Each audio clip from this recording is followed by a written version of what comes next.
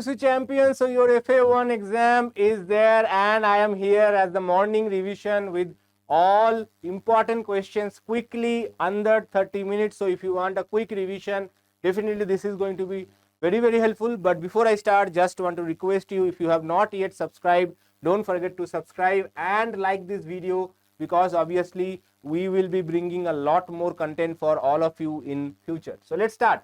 State and explain Coulomb's law. We do not have a lot of much time before your exam starts, so that's why I will go a little fast, but this will be very helpful for all of your revisions. State and explain Coulomb's law in electrostatic statement. Coulomb's law states that the electrostatic force between 2 point charges is directly proportional to the product of the magnitude of the two charges and inversely proportional to the square of the distance between them. It acts along the line joining the charges. Mathematically, F is equal to 1 by 4 pi epsilon naught Q1 Q2 upon R square. You describe all the terms. Now, if the question being asked the vector form, write Coulomb's law in vector form. In that case, what you have to do, you have to basically do the same thing, but here you need to draw a vector diagram. Just a second. You need to draw a vector diagram. So vector diagram means you draw a straight line. So this is Q1, this is Q2. Okay, both of them assuming positive. This is say force on 2 due to 1. This is force on 1 due to 2. Okay, so this is F12 and F21. So this is you have to write. Now if you say that there you have to show some unit vector as well. Suppose this is my unit vector R from 2 towards 1. So F12 is actually equals to 1 by 4 pi epsilon naught Q1 Q2 upon R square. R is the distance between the charges, of course. Vector R2 1. Okay, and also F12 is equals to minus F2 1. Okay, so these are the things that you have to mention if the question is asked for vector form of Coulomb's law. Remember, vector forms of Coulomb's law, the diagram is compulsory, because without the diagram, what is the unit vector, what is the direction of individual vectors, that is not clear. Also, these two vectors are equal and opposite has to be mentioned in the vector form of Coulomb's law. Right, now let's move on with the next question. Write any three properties of electric charges. So what are the three properties? Additivity of charges. Charges are additive in nature. Quantization of charges. All charges are integer multiple of smallest charge, small e. Conservation of charges. Total charge in an isolated system is conserved. So these are the three properties that you have to write if this question comes. Next question, write three properties of electric field lines. Another super important question. Here you have to mention electric field lines may start from positive and end at negative charge. Two electric field lines are never intersect each other. Point number 3, electrostatic field lines do not form any closed loops. So these are the three properties of electric field lines. Next, on what factor does the capacitance of a parallel plate capacitor depends? So here you have to write the expression for capacitance. Then you have to mention capacitance is directly proportional to the area of the plate, inversely proportional to the distance between the plates, and directly proportional to the dielectric constant between the medium. So if you are writing dielectric constant, you have to add that dielectric constant in the equation itself. Okay, K is dielectric constant, and while you writing that, you have to mention that in the area in bracket A. Okay, distance between the plates. So what you can do here, you just write one very easily. What you can show over here is it is proportional to area, it is proportional to 1 by D, and it is proportional to dielectric constant K. So that's how you can answer everything, but you have to write in words. Otherwise, you have to explain what is A, what is epsilon naught, what is K, what is D, what is C. Everything you have to explain, right? But if you write in terms of words, you don't have to write anything else. Write two properties of equipotential surface. So no work is done moving a test charge over an equipotential surface. Electric field is always normal to the equipotential surface at every point. no two equipotential surfaces can intersect each other. So these are the three properties. Next, derive the relation between electric field and electric potential due to a point charge. So here what you have to do, you have to first show two equipotentials having one at potential V, another at V plus delta V. Okay, and the distance between these two potentials is very small, delta L. Okay, electric field is pointing upwards. Okay, and because the distance is very small, we can assume that the electric field is constant. Now what you have to do, remember the steps, you have to calculate work done into different methods and then compare their values. So how to calculate work done? So work done in electrostatic field is, if you remember, work done in electrostatic field is given by charge, assume the charge is a Q, charge into difference in potential. Now what is the difference in potential? Final minus initial, always final minus initial. Okay, so it is moving from V to V plus delta V. So work done is Q into V plus delta V minus V, that is Q delta V. This is the work done. Okay, now again work done, we also have to calculate mechanical work done in terms of force, displacement, etc. Now if you keep a charge over here in this field, it will experience as a force or electric force of Q into E. Okay, Q into E is the electric force. Now if you want to move the charge against this electric force, then the external force that you have to apply must be minus Q into E. Why minus? Because the electric force is trying to stop it and you have to move it against the electric force. That means the external force that you are applying is minus Q into E. So what is work done, by the way? Work done is external force that you have applied into displacement, and displacement here is delta L.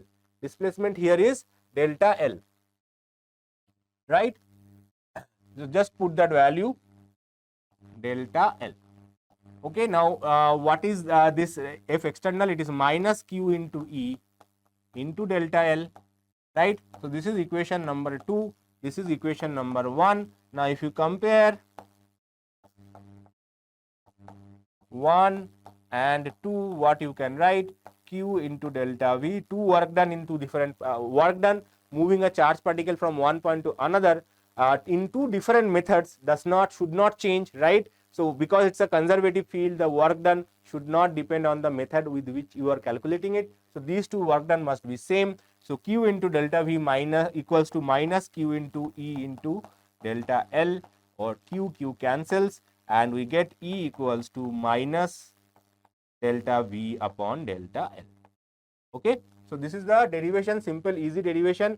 If you just if you have practiced it, very good. If you have not, just remember the steps, calculate the work done into different process, and you will get the value of electric field, right? Now let's move on with the next question. Obviously, as I mentioned, we do not have too much time. Obtain the expression for effective capacitance of two capacitors connected in series. So here we have two capacitors, say C1, C2, and they are connected in series through some through some battery.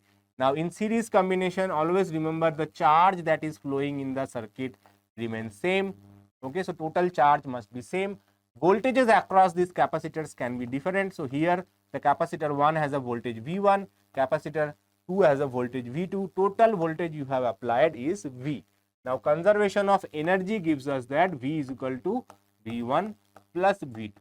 Okay, voltages across these two different components, if you add them, that should be equals to the voltage that you have supplied.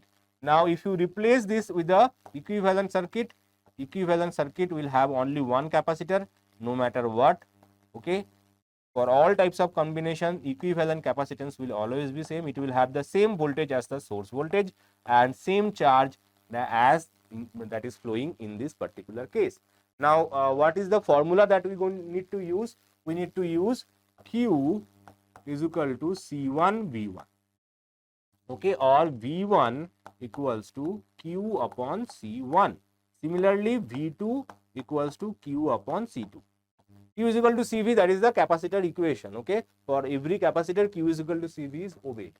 So for series combination, we have to calculate the individual voltages, and then we have to use this equation V is equal to Q upon C1 plus Q upon C2, right? Now similarly for equivalent circuit, you can write V is equal to Q upon C equivalent. Okay, for this circuit also you can write Q is equal to CV, Q is equal to C into V. So V is equal to Q upon C equivalent. So now put that over here. So Q upon C equivalent equals to Q upon C1 plus Q upon C2. Obviously Q will be common and cancelled. We get C1 by C equivalent equals to 1 by C1 plus 1 by C2. Easy, very simple, easy derivation. With this derivation, you are going to expect 3 marks if it is coming in your exam. Next, another derivation is there, that is effective capacitance of two capacitors connected in parallel. Now remember, in parallel combination, what is parallel? It is similar to that of the resistors that you have studied in class 10th, but yes, if you remember, for parallel combination of resistors, it was 1 by R1 plus 1 by R2, which is true for series combination of capacitors. So here for capacitor in parallel, what you are expecting? Yes, series combination of resistors. Suppose C1 and C2 connected in parallel, the voltage is V. In case of parallel combination, like in resistances, here also the voltage is same. So both capacitors will have the same voltage, but charges will be different. So this one will have a say charge Q2, this one will have a charge Q1. Now if you replace it with a single capacitor, the single capacitor, that is equivalent capacitor, it will have the same voltage, but the charge that is flowing, that should be sum of these two charges. So for equivalent capacitors, Q must be equals to Q1 plus Q2. Okay, Q equals to Q1 plus Q2. Now if you can calculate Q1, Q2 and capital small q in terms of these capacitors and add them, your answer, you will get the answer. Now for obviously for capacitor number 1, we can write Q1 equals to C1 into V. For capacitor number 2, we can write Q2 equals to C2 into V, and for equivalent capacitor, we can write Q equals to C equivalent into V. These are the 3 equations, and if we combine it in this equation, you get C equivalent into V equals to C1 into V plus C2 into V. Obviously, V will be common and cancelled. So C1 plus C2 into V. Okay, V cancels and you get C equivalent equals to C1 plus C2. Another easy derivation. This is same as series combination of resistors, but it is for capacitors, it is parallel combination, right? So there is a slight twist. So you have to remember that twist throughout your PUC journey. Otherwise, you will struggle throughout. You will remember capacitance in series and you will do parallel combination of resistors. So this is slightly complicated if you are not prepared, if you are not mentally prepared, right? Let's move on with the next question. Mention 2 limitations of Ohm's law. Another important question. Ohm's law is applicable only if all the physical conditions remains constant. Ohm's law is not applicable at very low and at very high temperature. Ohm's law is not applicable to non-ohmic devices like semiconductor devices, discharge tubes, etc. Okay, now let's move on. Next question. State and explain Biot-Savart's law. Now in Biot-Savart's law, this kind of diagram is compulsory. You have to draw this diagram. Okay, so where you are finding the field, current element, etc. And if you are writing it like this, in this form, you have to mention what is dB, what is dl, what is sin theta, what is 1 upon r square. So you have to mention it. Obviously, we have done it in a shortcut format so that most students can remember. But if you are doing it, you have to explain the variables as well. The magnitude of magnetic field at any point P due to the current element dl is given by the magnitude of magnetic field. Here you have to mention dB at any point P due to the current element dl is given by dB proportional to current I, dB proportional to the length of the element, dB proportional to the angle between the current element and the direction vector, and dB is proportional to the 1 upon r square, where r is the distance between the element and the point. Okay, so everything has to be mentioned, and if you combine them, you get mu naught by 4 pi I dl sin theta upon r square. Now let's move on. What is Lorentz force? Write its expression and explain the terms. So here obviously you have to write the expression and terms has to be explained. Force acting on a moving charge particle in a presence of electric and magnetic field is called the Lorentz force. Force equals to Q into E plus Q into V cross B. Q is charge, E is electric field, V is velocity of the particle, and B is the magnetic field. Now let's move on. The expression for electric potential at a point due to point source charge. This is a 5-mark derivation, super important. This is one of the most common question that might come. So here we have a source charge, say capital Q, and here is a point P where we are trying to find the electric potential. The distance is R. Okay, so potential due to a point charge basically, right? And for that we have to start at infinity and bring the charge from infinity to that point. So definition of potential is work done to bring a unit positive test charge from infinity to the point in electric field is the electric potential at this point. So basically we are starting with a unit positive charge, but we are starting at infinity. Obviously infinity is not beyond our control.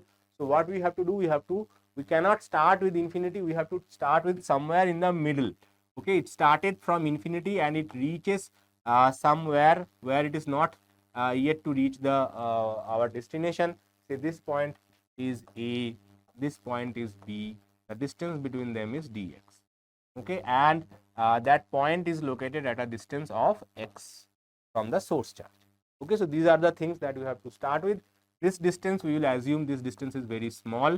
Okay, so electric field in this area is almost same, so electric force is also same. So what is the force that is acting on this charge? The force acting on this charge is force equals to Q into E, or Q is 1 unit positive charge, electric field is K Q upon R square. Here one mistake, it will be capital Q. The source charge is capital Q. So K capital Q upon X square. This is the electric field. Okay, this is the electric force acting on this charge. Now, if you want to move the charge against this electric field, you have to apply external force. The external force has to be, remember always, whenever we are doing work done, the external force has to be applied. So the external force must be negative of this electric force. So that must be minus KQ upon X square. So this is the force that you are applying. Now, if the displacement is very small dx, throughout that dx, the force is constant. Otherwise, force varies from point to point because of the factor it depends on 1 upon r square. So as you are changing the r, the electric force changes. That's why this is a slightly tricky. If the force was constant, you just take the force, multiply with the distance, you get the answer. But here, because force is changing at each and every point, you cannot do that. You have to take a small distance dx, and in that dx, what is the work done? Work done is given by the external force that you have applied into the displacement. Okay, this is the small work done, that is minus kq upon x square into dx. Okay, now to calculate the total work done, starting point is infinity, ending point is r. So you have to integrate. The total work done is starting from infinity to point r. This is the definite integration. You will learn that in mathematics class, but for now you just need to remember this is how we do it, x square dx. Now kq are constant, negative is also constant, so minus kq will come out of integration. Same as differentiation, constants do not take part in the calculation, they come out as it is. Okay, now we have dx upon x square. Now here you have to remember it is anti-derivative. Integration is anti-derivative. So whatever derivative, if you do the derivation of the integrating result, you are going to get the same value when you are doing integration. All right. So that means if you are doing say integration 1 upon x square dx, okay, you will get this as x to the power minus 2 plus 1 divided by minus 2 plus 1. Okay, this is how we do the integration for standard easy values. Okay, and let me is that. So here we will get minus 1 upon so So this will be integration and this will be x to the power minus 1 by minus 1. So you will get here minus 1 upon x. Okay, it will be minus 1 upon x. 1 upon x, and the limit will be infinity till point r. So it will be minus kq, and first you have to put the lower limit, that is minus 1 by r, minus of minus lower limit, which is infinity. Now 1 upon infinity is 0. So you will get 0 over here. So you will get the work done is minus kq into minus 1 by r. So minus minus cancels, you get kq upon r. Now by definition, this is the work done equals to potential, that is 1 by 4 pi epsilon naught q upon r. Now here you have to mention k equals to Coulomb constant, which is 1 by 4 pi epsilon naught. Okay, so this is the derivation, and if you do this derivation, you will get 5 marks pakka. Now next is arrive at the balanced condition of Wheatstone-Bridge using Kirchhoff's laws. So first you have to draw the Wheatstone-Bridge. So obviously this is a very suggestive revision. I am not doing all possible derivation, that is not possible in 30 minutes, right? So whatever are important, that derivations I am doing in this session. So Kirchhoff's law obviously being one of the most important questions. So here is the galvanometer. So here, okay, so this is the galvanometer. Now this is P, this is Q, this is R, this is S. Okay, you have to find the balanced condition. Now remember, if suppose I current is flowing in this circuit, it will be divided into I1 into I2. Here it will be I3, here it will be I4, and some current is passing through the galvanometer as well, Ig. Now at balanced condition,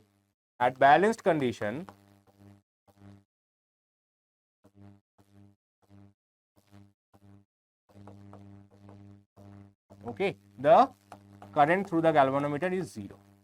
The current through the galvanometer is 0. So if this current is 0, that means whatever current I1 is passing, the same current I3.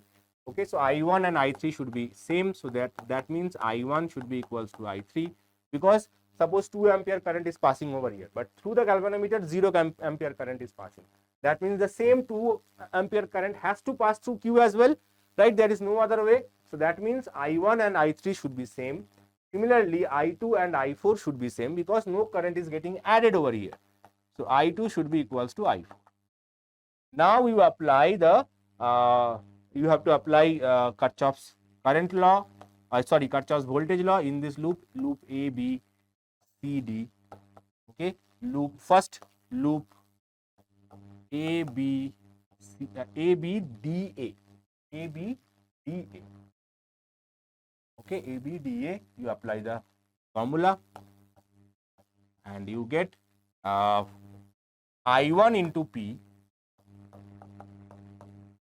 Now 0 into G, obviously 0 into G is 0, plus I2 into R, but in the opposite direction. See, to complete the loop, we have to move in a circular way, right?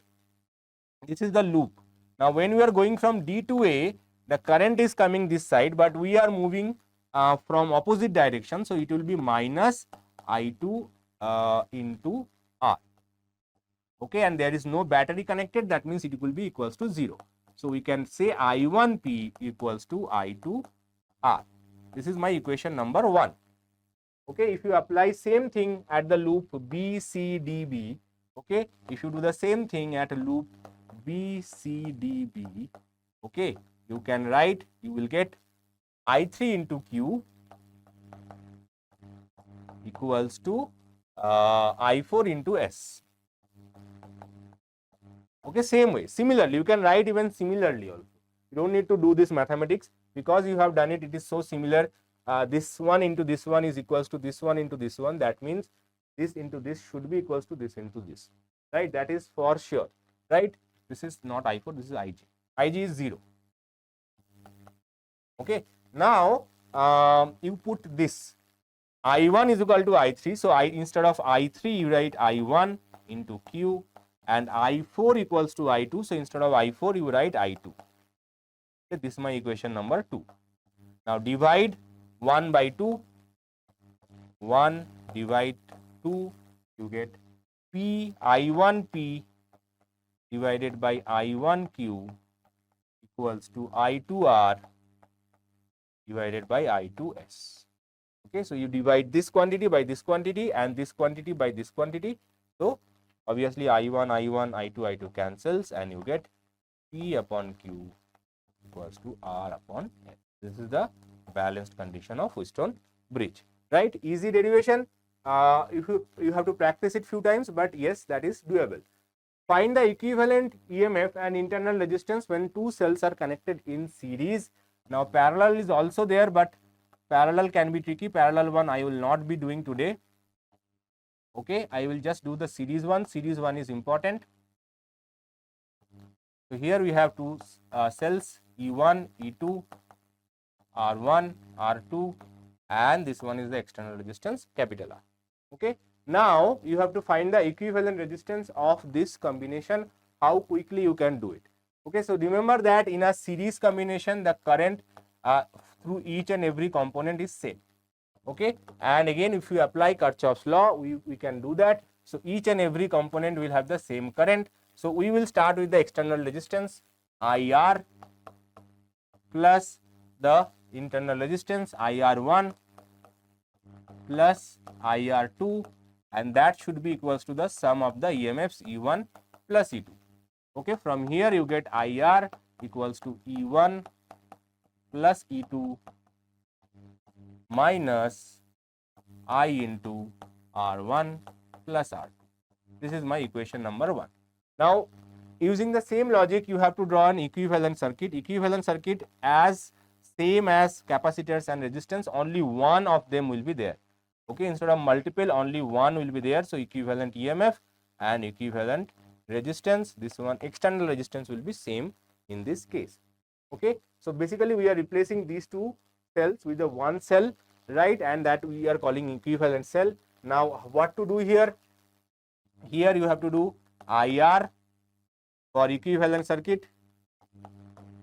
Okay, now remember the current should be same as in the original circuit. So IR plus I into R equivalent equals to E equivalent. Okay, so IR must be equals to E equivalent minus I into R equivalent.